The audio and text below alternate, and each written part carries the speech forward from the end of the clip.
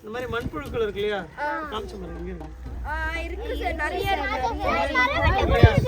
இது வந்து என்ன பண்ணுவோம்னா விவசாயியோட நண்பன்னு சொல்லுவாங்க.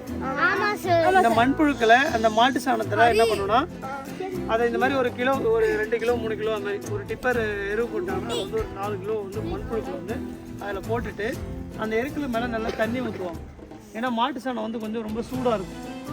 அது தண்ணி நல்லா தெளித்து ஒரு 10 நாள் நல்லா குளிர் வச்சுட்டு அதுக்கப்புறம் இந்த மண்புழுக்களை போட்டோன்னா அந்த சாணத்தை எல்லாத்தையுமே அந்த மண்புழு என்ன பண்ணணும் சாப்பிட்டுடும்.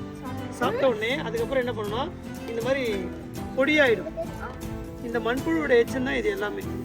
இப்போ நீங்கள் 5 வருஷத்தில் ஒரு மரம் வந்து காய்க்குதுன்னா 3 வருஷத்துலேயே காய்ச்சிடும். அந்தளவுக்கு சத்து இது. ஆனால் இப்போ நம்ம என்ன பண்ணுறோன்னா இந்த களைக்கொல்லி, பூச்சிக்கொல்லி, உரம்னு சொல்லி மண்ணை போட்டு இந்த மண்புழுக்களை எல்லாமே சாவடிச்சிடும். மண்புழு எந்த அளவுக்கு இருக்குதோ அந்த அளவுக்கு வந்து பார்த்தோன்னா உரம் மண் வந்து வளமாக இருக்கும். மண் வளமாக இருந்தால் தான் பயிர் நல்லாயிருக்கும்.